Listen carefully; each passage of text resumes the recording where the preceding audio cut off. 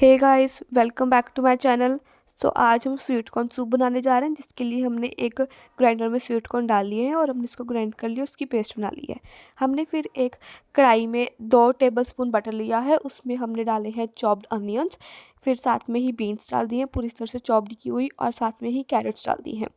उसके बाद हमने फिर ग्रेट किए हुए स्वीट कॉर्न जो हमने बनाया था प्यूरी, वो डाल दी है और साथ में पानी डाल दिया है, और इसको हम थोड़ी देर के लिए मिक्स करेंगे ताकि इस तरह से सारा हमारा बैटर जो है घुल जाए।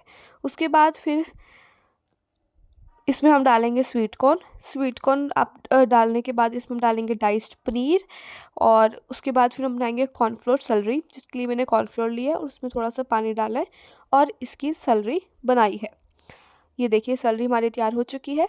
अब हम इसमें डालेंगे हमारा ब्लैक पेपर और थोड़ी सी शुगर, और शुगर डालने के बाद हम इसको थोड़ी देर मिक्स करेंगे ताकि जो सोल्ट पेपर है वो मिक्स हो जाए, और फिर इसमें हम डाल देंगे अपनी cornflour salary.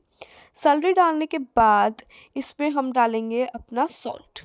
You can add the salt as per your taste. तो सॉल्ट डालने के बाद इसमें हम डालेंगे गार्निश करने के लिए कोरिएंडर लीव्स। हमारा hot and not soup, sweet corn soup is ready.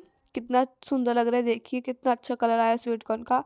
I hope you like it. Please try this at home. Thanks for watching.